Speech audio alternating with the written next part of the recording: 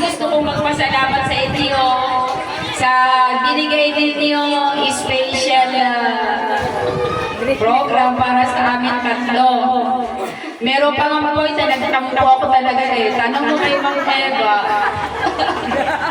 Kasi nung dumalo sila kay Jane, hindi man lamang ako hinagi. Sabi ko, tampon-tampo ako. Yung pala gano'n. May surprise eh. Okay. So, for 37 years and 5 months in Bagong Elementary School, ang dami kong experience na di malilimutan, may kalungkutan, may masaya, may... Oo, nakakainis, nakakabigla, nakakahiya. Kamaan sa substitute ko, nasa 40 years ang aking service sa Gogo. Wow! Hindi nasama ang aking substitute kasi 1983 nagturo na ako eh. November 16, 1987. Siguro destined talaga na ako mapunta sa Bagong kung tatagpuan yung aking kapartner.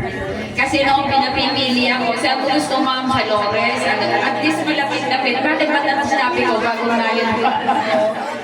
So, talagang nakadestin ako sa Bagong kasi yun ang way para makilala mo yung aking asawa. Kaya gano'n. Bagamat kami season teacher, siguro naman marami rin kayong natutunan sa amin.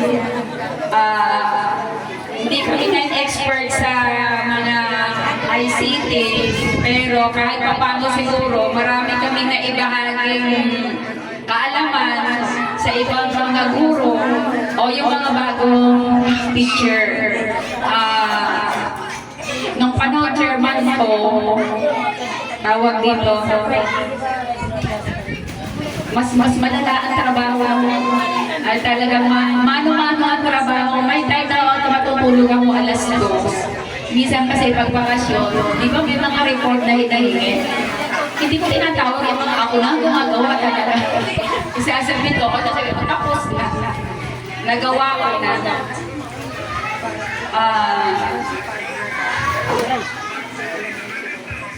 Hindi ko naman alam.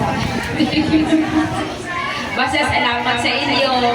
At kung ano man ang naiwan ko lately, sana hanggang katapusan din yung mga kalilimutan yun. At kung ano man ang maging problema ninyo, I am one call away.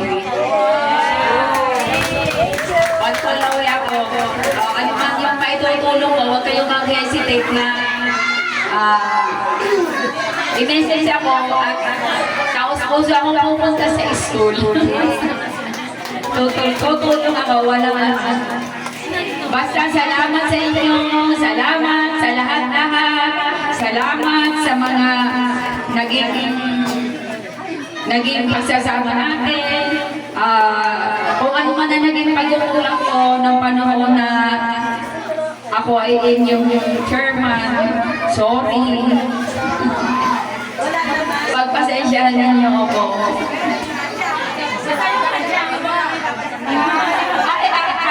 Padjak yun. Doon niyo ako makikilala si Padjak. Pag Padjak, galit na.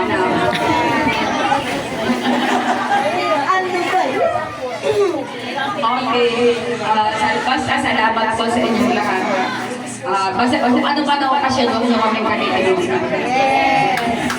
Okay, salamat.